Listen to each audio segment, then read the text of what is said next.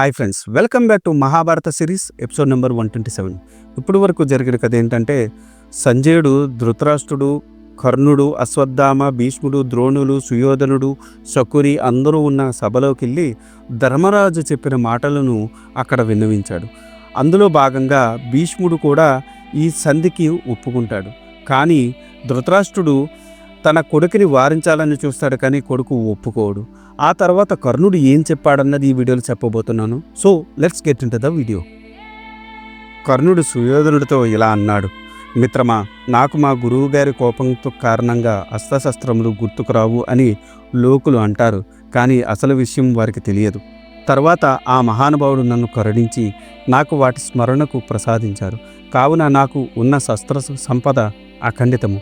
దేవతలకు కూడా నన్ను గెలవడం సాధ్యం కాదు. ఇంకా ఆ అర్జునుడు ఒక లెక్క, నేను పాండవులను గెలుస్తాను, అది తథ్యం అన్నాడు కర్ణుడు.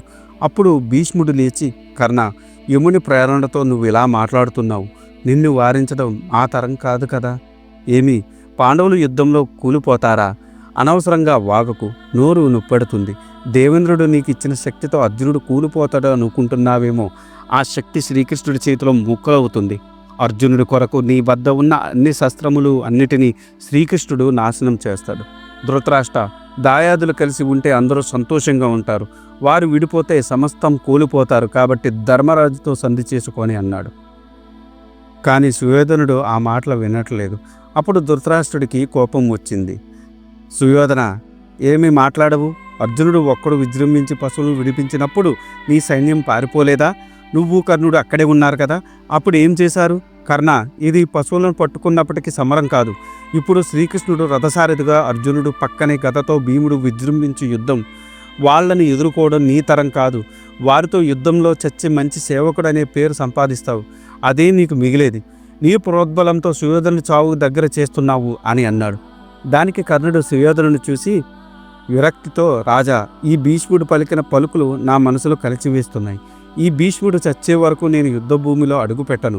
ఆ తర్వాత నా ప్రతాపం చూపిస్తాను అని శస్త్ర సన్యాసము చేసిన కర్ణుడు ఇంకా అక్కడ ఉండలేక కొలువు కూటంను విడిచి వెళ్ళిపోయాడు. అప్పుడు భీష్ముడు నవ్వుతూ, అమ్మో సుయోధన, ఎంతటి మహావీరుడు ఎలిగితే ఎలాగా? పాండవులు బతకగలరా? కుమారా, నీవు ఈ కర్ణుని అండ చూసుకొని యుద్ధానికి దిగుతున్నావు. అప్పుడు చూద్దువు గా మా పరాక్రమంలో వ్యత్యాసము. సుయోధన, నేను నా వెంట ద్రోణుడు, బాహ్యులుడు కలిసి శత్రువులను నాశనం చేశాను, అది నువ్వు చూడు అని అన్నాడు.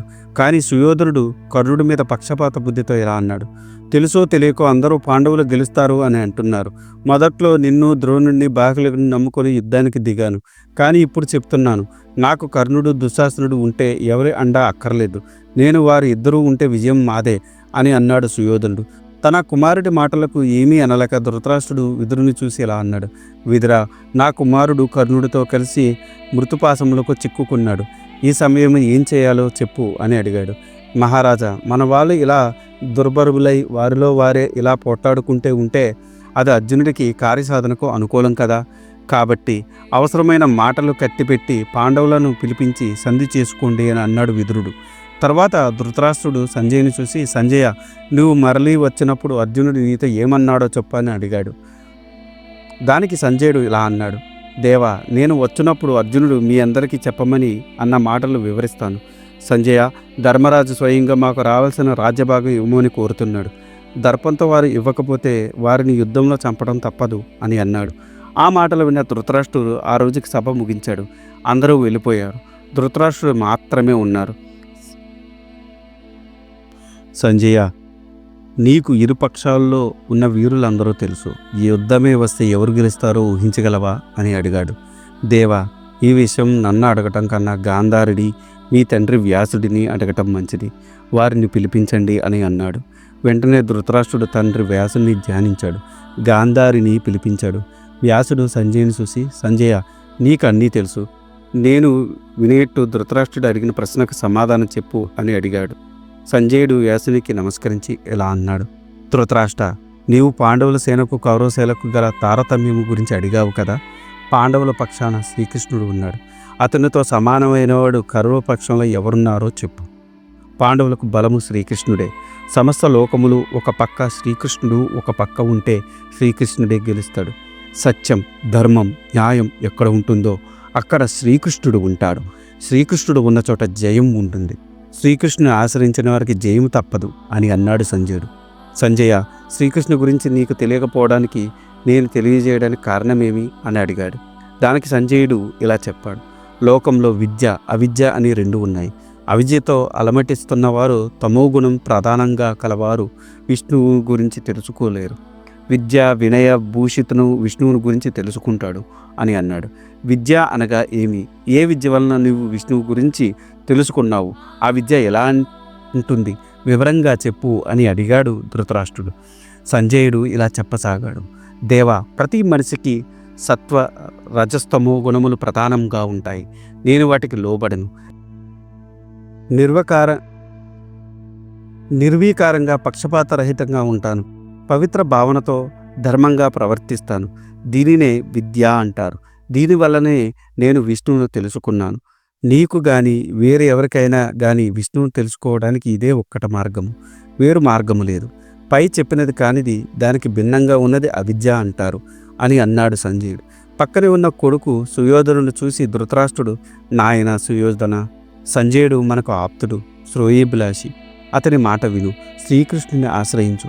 నీవు, నీ తమ్ముళ్ళు, నీ కుమారులు సుఖంగా ఉండండి అని చెప్పాడు. దానికి సుయోధనుడు, తండ్రి, ఈ లోకాలు సర్వనాశనం అయినా సరే నేను ధైర్యం వదలను, ఎవరిని శరణు వేడను అని అన్నాడు. గాంధారి, విన్నావా నీ కుమారుని మాటలు?